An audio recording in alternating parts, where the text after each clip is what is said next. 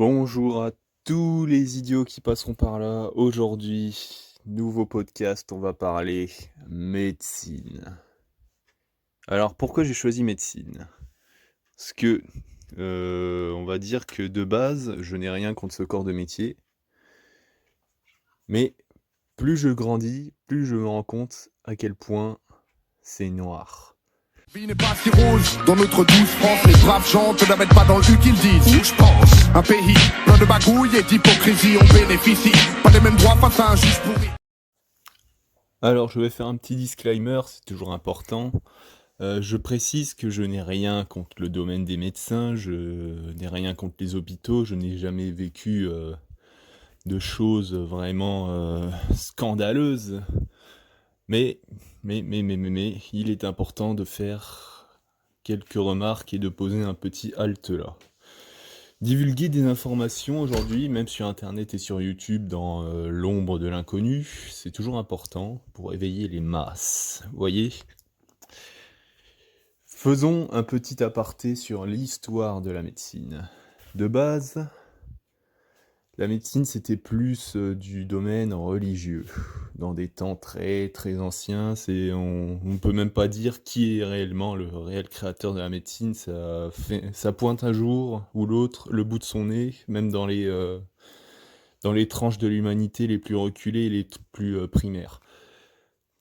La médecine était une sorte de magie, le vaudou qui danse avec des plumes, qui fait pleuvoir et qui soigne les gens. Tu vois. Il utilisait diverses herbes médicinales qui opéraient sur les plaies. C'était ça la médecine, la première médecine humaine. Mais si on creuse un peu, qu'est-ce que c'est la réelle définition de médecine? C'est soigner et soulager des maux corporels ou mentaux avec diverses techniques et procédés plus ou moins ingénieux pour soulager les maux. Voilà, la médecine de base c'est soulager des maux corporels et physiques et mentaux et psychologiques. Bref, ça regroupe plein de trucs. Et au fur et à mesure de notre évolution, ça n'a fait que évoluer, évidemment. En bien comme en mal, Pasteur avec son vaccin pour la tuberculose. Je suis pas dans le domaine, mais il y a eu plein d'inventions, plein d'inventeurs, plein d'ingénieux médecins qui ont progressivement fait progresser notre médecine jusqu'à aujourd'hui, jusqu'aux mesures juridiques, on va dire. Et c'est là que ça foire. Parce que y a des choses qui sont légales dans la médecine, qui sont proscrites, autorisées par la loi, et il y a des trucs évidemment qu'on a interdits, comme ouvrir des crânes sans anesthésie, torture pathologique ou autres expériences médicales qu'ont mené les nazis sur un... Ah, j'ai oublié le nom, mais il y a un groupe de japonais nazis complètement cinglés qui menaient des expériences médicales de torture, on va dire, sur des prisonniers de guerre. Ouais, il y a des règles en médecine, on ne peut pas faire tout ce qu'on veut. Et c'est pour cela qu'il y a une équité, un accord, un contrat entre le patient et le médecin. Le docteur, le psy, le chirurgien, l'expert anesthésiste, comment on dit? Bon bref. Qu'importe son grade en médecine, si on est directeur ou simple stagiaire, étudiant stagiaire, il y a un respect mutuel, une éthique, un droit de ne pas, un droit et un devoir de ne pas prolonger les maux. T'es là pour soigner, c'est tout. Mais aujourd'hui, si les écoles de médecine apprennent bien quelque chose à leurs élèves, c'est que un patient guéri, c'est un client perdu. Retenez bien ça. Ce n'est pas des patients que nous avons aujourd'hui dans les hôpitaux, ce sont des numéros, des clients. Ils payent de leur poche quand ils sont riches, ou des assurances maladie pour les masses plus moyennes. Mais ça dépend le pays parce que évidemment, tous les pays ne sont pas développés, pas tous développés et ne bénéficient pas d'aide particulière pour guérir. C'est comme en Amérique par exemple. Pour les études, pour les soins, pour n'importe quel service, t'as pas d'aide. Tu te démerdes. C'est pour ça qu'en Amérique, on a énormément d'obèses et d'attaques cardiaques. Mais c'est un autre sujet. Mais aujourd'hui, je vais vous parler dans cette vidéo de le scandale ou les abus juridiques et idéologiques entre médecins et patients. Quand j'étais môme, je n'avais pas d'avis précis sur tout ce qui m'entourait.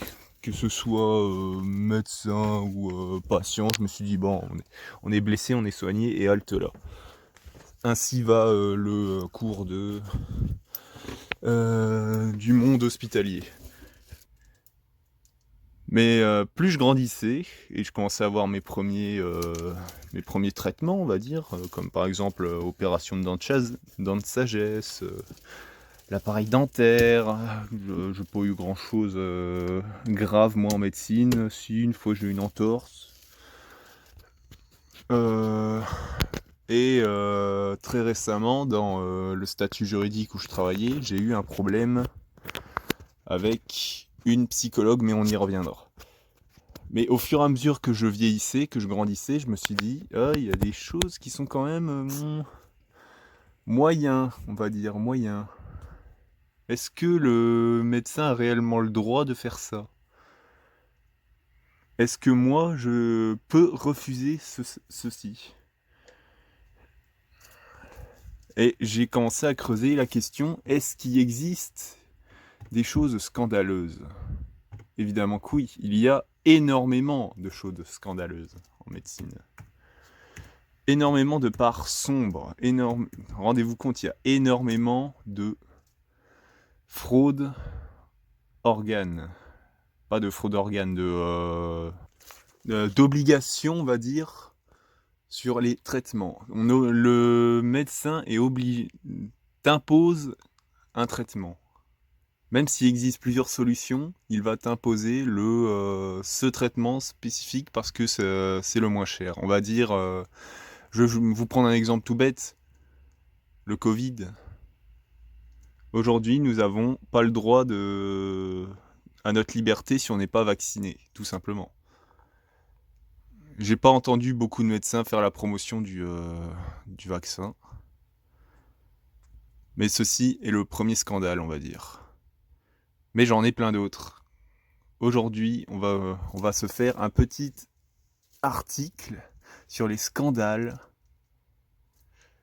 afin de mieux définir ce qu'est de quoi on parle, du moins grave au plus grave, et on va terminer sur mes anecdotes, sur les choses les plus sur l'histoire, on va dire, qui m'a le plus fait péter un boulon sur ce corps de métier. Parce qu'on va être bien clair dans cette vidéo, je sais très bien que je vais pas me faire des amis. Je sais très bien qu'on va me dire, ouais, c'est pas réfléchi tes propos, t'as juste une haine aveugle sur les médecins et sur la médecine. Pas du tout. Mais pas du tout. Je vais vous imposer des faits sur, par exemple, le scandale de 1950. Le thalidomide. Le thalidomide est un médicament utilisé durant les années 1950. Comme sédatif et antinéso, notamment chez les femmes enceintes. On découvrira plus tard qu'il est la cause grave de malformations congénitales. Les bébés thalidomides sont entre 10 000 et 20 000 et présentent une déformation qu'on appelle phocomélie. Leurs mains ou leurs pieds ou les deux prennent racine directement sur l'épaule ou la hanche, sans bras et sans jambes. Certaines mères accouchent aussi d'enfants sourds et sans oreilles, présentant une paralysie faciale ou anomalie congénitale. D'abord niée par le laboratoire allemand Grünenthal, ces effets tératogènes ont été au cœur d'un énorme scandale sanitaire. Le médicament a été enfin retiré du marché mondial à partir de 1961, mais est aujourd'hui de nouveau utilisé pour ses propriétés du haut système immunitaire, notamment dans le traitement de la lupère et de lupus érythémateux et de la maladie de Crohn. Les sources: Patrick Berch, Jean-Jacques Lefrère, Les bébés du thalidomide, La presse médicale, volume 40, numéro 3, page 301-308, mars 2011. Bien, on est là sur notre premier scandale. Bref, on utilisait le médoc, là, j'ai pas bien retenu son nom, pour soigner, on va dire, les bébés en phase de croissance maternelle. Mais le laboratoire allemand a nié. Il a nié, de leur expertise, ils ont nié ce problème, que les bébés n'avaient pas de bras et pas de jambes, et a continué à verser ce traitement pendant 11 ans. Et c'est tout à fait ce que je veux pointer. Si le médecin est considéré comme expert, et il l'est, il a fait les études, il a fait son parcours, qui est bien plus élogieux et glorieux que le patient en général. Il va imposer un traitement, un médicament, une solution, et il te dira c'est la solution, tu n'as pas le choix de la prendre. Et aujourd'hui, c'est un problème, ce problème de surassurance qu'ont certains médecins d'avoir la réponse à nos problèmes. Les psychologues sont sûrement les pires dans ce domaine. Ils t'offrent pas de traitement particulier, mais ils t'offrent, tu payes très cher déjà, pour des conseils. Et pour un témoignage de quelques minutes, il va te donner des conseils, comme s'il te connaissait pendant X années, tu vois. Sauf que non, pour connaître complètement une personne, il faut vivre avec en permanence quasiment.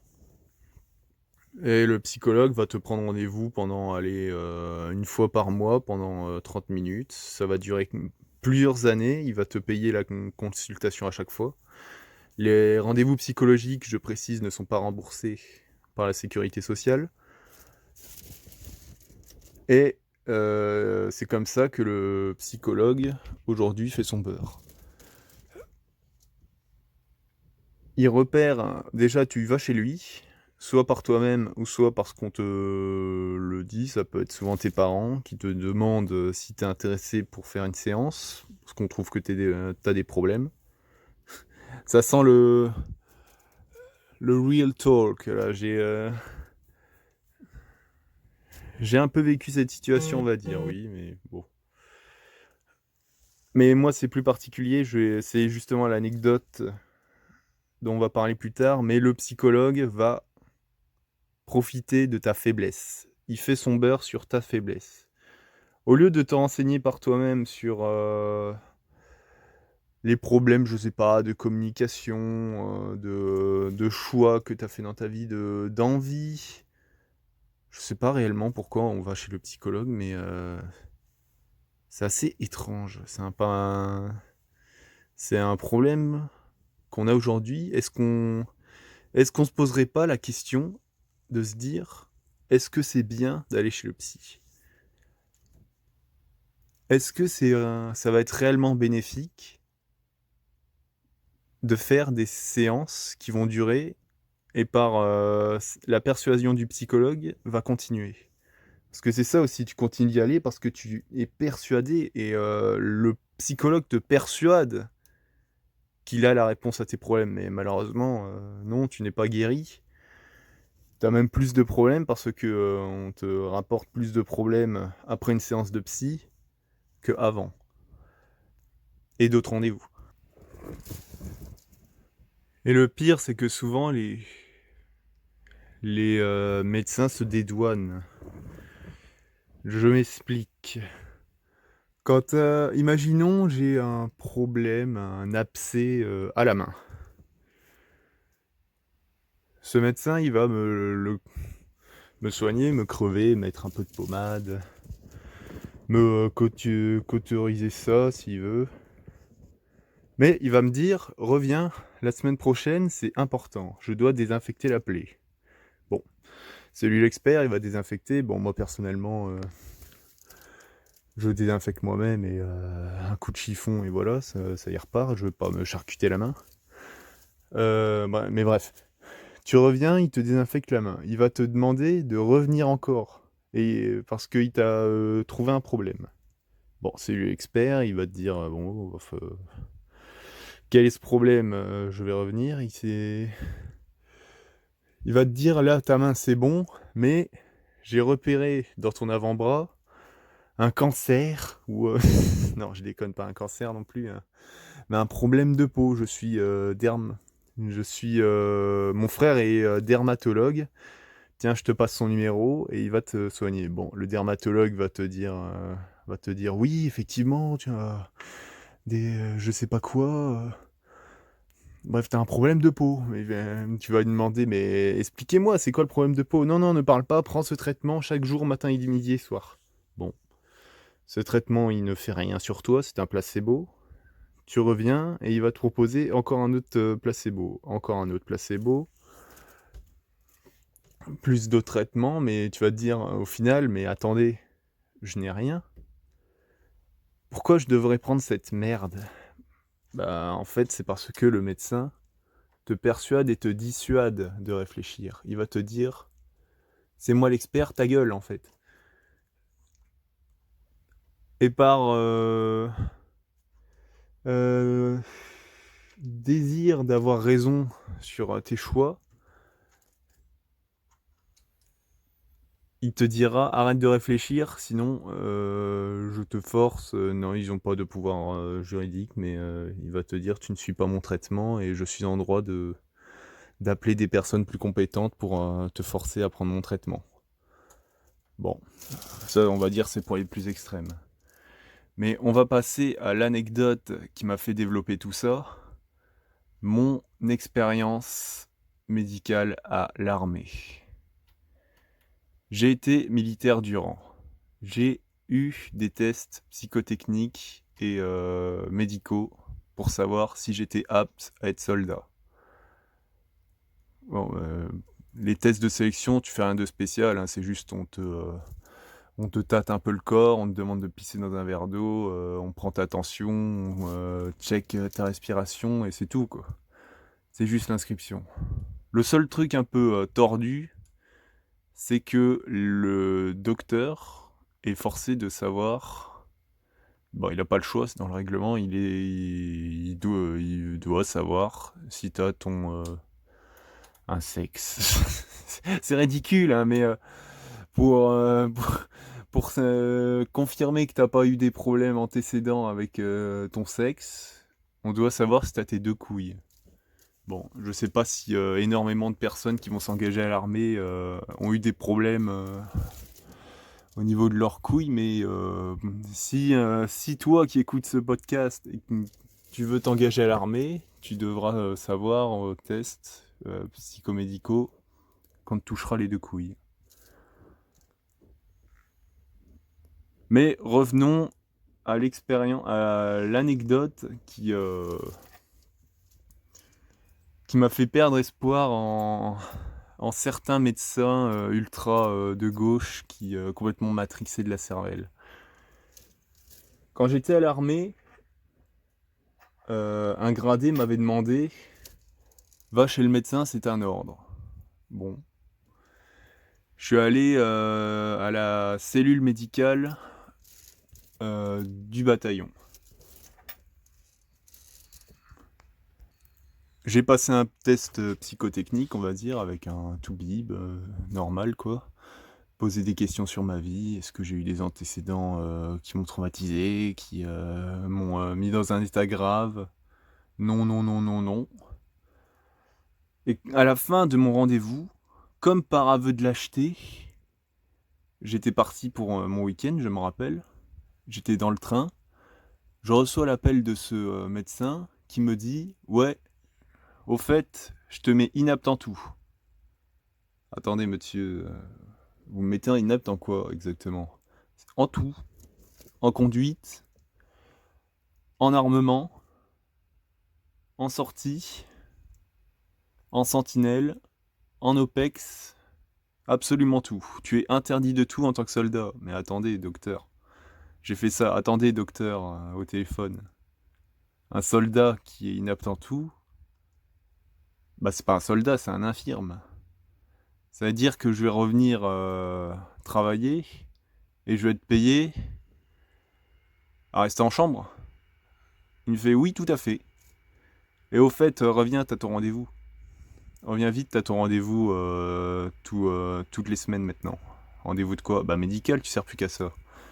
Bon, je suis devenu en moins d'un rendez-vous, je sais pas, on m'a diagnostiqué un problème au bout du premier rendez-vous de 20 minutes de blabla. Qu'on m'a imposé, hein, on m'a pas donné mon avis, c'est ferme ta gueule, t'es inapte. Et on m'impose des études médicales comme si j'étais un rat de laboratoire sans mon accord. La personne qui m'avait pris en charge la semaine d'après n'était pas compétente, elle n'avait pas d'énormément d'expérience dans le métier. C'était une fille de mon âge, on va dire, qui venait de débarquer à l'armée, qui était dans la cellule médicale. Elle comprenait pas où était le problème. J'avais aucun problème à exercer mon métier. Elle est allée voir ses supérieurs qui ont dit non, on ne traite pas de ça. Pourtant, c'est eux qui m'ont mis inapte. Et ils m'ont dit, lui, il va falloir l'envoyer à la cellule médicale de Lyon. Ces rendez-vous, on peut pas ces rendez-vous médicaux qui sont rien d'autre que des discussions pour soulager des gens qui sont un peu incertains de leurs décisions, on va dire. Moi, je n'ai pas d'incertitude concernant mes capacités et mes objectifs à l'armée. Du moins, je pense. Mais on ne voulait pas me rendre mes aptitudes.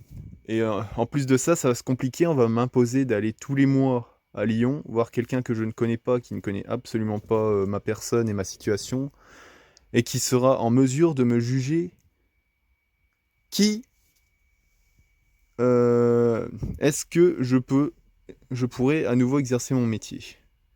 C'est pas génial tout ça? Que des complications, vous voyez, pour aucun bénéfice. Je me suis vite rendu compte qu'en fait, je remplissais l'agenda et des médecins de l'armée de terre. Donc ces rendez-vous, je les ai passés de mois en mois. J'ai dû en passer au moins 8 mois. Si je comptabilise 8 mois et 16 trajets aller-retour en train, pour au final jamais récupérer mes aptitudes. Oui, à un moment j'ai abandonné. J'ai arrêté de me chamailler avec cette soi-disant psy. Et j'ai démissionné. Pourquoi? Parce que je suis sûrement tombé sur la pire médecin qui m'a été donné de rencontrer dans toute ma vie. Cette femme était figée. Je ne sais pas si elle a eu des instructions ou si elle avait ordre de de me laisser inapte à jamais. Mais c'est elle qui avait le pouvoir de me rendre à nouveau apte. C'était elle qui avait pris la procédure pour me traiter. Et pendant toutes mes consultations, elle n'a fait que me dénigrer, me dire que je n'étais pas capable, m'imposer le choix de partir de l'armée. Je sais pas en quoi ça sera amélioratif pour sa carrière de faire partir des jeunes soldats, mais moi je n'étais pas nul non plus. J'essayais de comprendre même pourquoi on m'avait mis inapte. Et ça englobait des situations encore plus compliquées que j'avais eues avec certains connards de l'armée qui m'ont un peu dénigré dans le bataillon, on va dire. Et ça s'est retranscrit jusque dans les oreilles de mon supérieur qui m'a demandé d'aller voir un médecin. Voilà, c'est ça l'histoire. Donc je suis tombé sur cette psychologue qui, au fur et à mesure de mes rendez-vous, voulait me retirer carrément mon permis de conduire. Mon emploi à l'armée. Et on va dire ma certitude que je suis quelqu'un de normal. À force de rendez-vous, je commençais à douter, à me dire, mais putain, est-ce que oui, j'ai vraiment un problème? Une personne plus qualifiée que moi me disait, il faut que tu partes de l'armée, tu es un fou. Elle me le disait pas directement, hein, mais c'est ce qu'elle laissait dire. Elle voulait pas que je continue à tirer de peur que je blesse des gens, ce qui n'est jamais arrivé sur un pas de tir à l'armée. Je pense que je m'en serais souvenu si j'avais tiré sur quelqu'un ou blessé quelqu'un. Mais bref, c'était des arguments pour vraiment dire je vais te sabrer ta carrière. Donc je commençais à douter et je me disais c'est moi qui ai un problème ou c'est elle? Ce que je vous lisais dans ses yeux quand je disais que je voulais pas partir, moi je veux comprendre pourquoi vous voulez me laisser inapte au sein de ce bataillon. Je voulais comprendre. Et dans quel but ça... Quel est le but de me dégager en fait? Vous avez reçu un chèque ou vous êtes payé pour ça en fait, madame? Je n'ai jamais su la réponse. Elle était figée dans son idée. Elle répétait en boucle son discours bien pensant que je n'étais pas apte à faire soldat. Bon, libre à son avis à elle.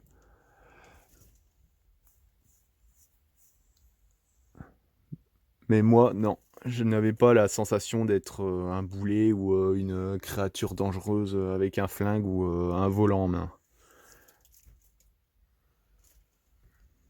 Mais on essayait de me persuader.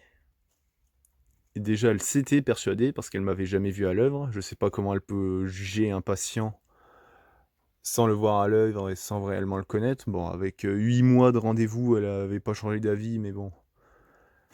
Est-ce qu'elle m'a déjà vu sur le terrain? Je ne crois pas. Et c'est bien pour souligner des fois l'abus qu'ont ces gens sur le pouvoir qu'ils exercent sur certains patients. Ils ont les capacités à te juger, à te mettre hors course dans certains domaines de métier et à salir ton honneur. Certaines personnes dans ces cabinets, avec leur blouse blanche, sont capables de flinguer une personne juste par jubilé du pouvoir qu'ils peuvent exercer sur certaines personnes. On peut lire sur internet des scandales qui vont bien plus loin que ma petite anecdote. Mais à chaque fois, c'est des choses qui sont réduites au silence ou qui sont tabous parce que ça remet en cause certaines expertises, certains médecins. Ce qui m'a poussé aussi à faire ce podcast, c'est que j'ai vu une histoire assez glauque sur un dentiste qui prenait plaisir à torturer des petits-enfants de 3 ans, qui arrachait des dents.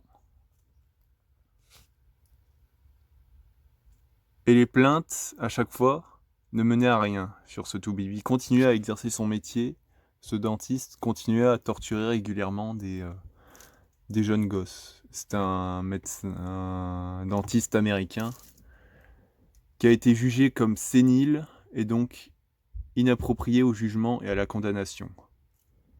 Je pense surtout qu'on a graissé la patte au juge ou que ça se fait pas là-bas en Amérique ou partout ailleurs de condamner un médecin. Qu'importe ce qui se passera avec certaines classes, certains toubibs, ils ne risquent rien parce que le métier de médecin est un métier de grandiose, on va dire, de surpuissance. On ne peut pas cracher aujourd'hui sur cette profession d'honneur. C'est le métier qui sauve des vies. C'est le métier indispensable pour une grande et belle nation. Et donc le remettre en cause, c'est être considéré comme un fou. Alors que je peux faire un aparté, mais des médecins nazis, ça existait. Des médecins psychopathes, ça existait.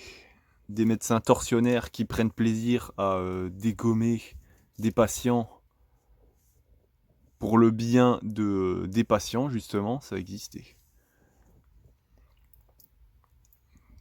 Il y a le scientifique, là, je sais pas si on peut appeler ça un médecin, dans le film Human Centipede, qui juste par plaisir fixe, greffe des bouches sur le cul des gens, quoi. Bon, je dis pas que certains médecins peuvent aller jusque-là, mais si, limite, quand tu vois certaines expériences médicales, on peut dire l'imagination de certains humains n'a pas de limite. Je peux vous lire aussi le Mediator. Le Mediator est un traitement contre le diabète utilisé comme coupe-faim. Son principe actif de Benfluorex a été commercialisé en France entre 1976 et 2009. Il s'agit d'un anxiogène autorisé alors en complément d'un régime réservé aux personnes diabétiques en surcharge pondérale. Selon les études commandées par l'AFSAP, aujourd'hui ANSM, le Mediator aurait provoqué entre 500 et 2000 décès entraînant par des maladies cardiaques. Les prescriptions abusives du médicament seraient responsables de nombres élevés de personnes touchées. Lorsque les autres anorexigènes ont été interdits à la vente, des médecins ont prescrit le Benfluorex à la place, et des personnes non diabétiques pour les aider à perdre quelques kilos.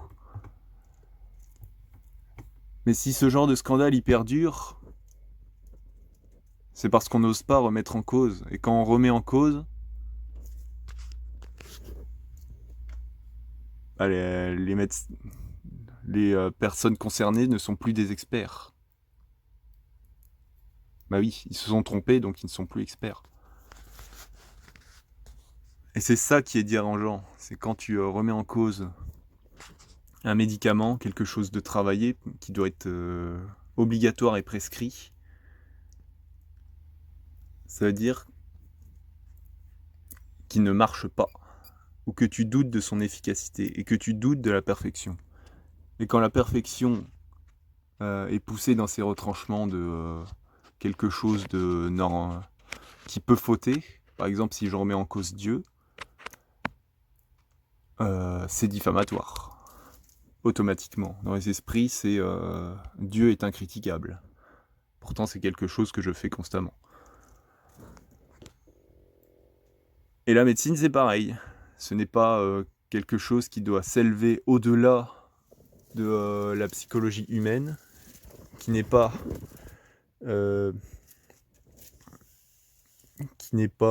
infaillible et qui a des erreurs. Les médecins restent humains et ils peuvent se tromper des fois sur la nécessité de certains traitements. Ils peuvent douter et refuser.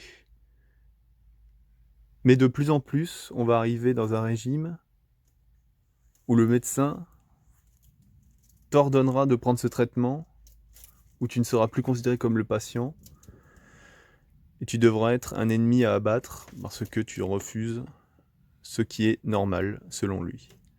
On y approche déjà clairement. Si tu refuses le traitement Covid-19 par exemple, t'as pas ta liberté et bientôt ceux qui ne seront pas vaccinés sont déjà des gens réduits au silence total, hein, clairement. Hein.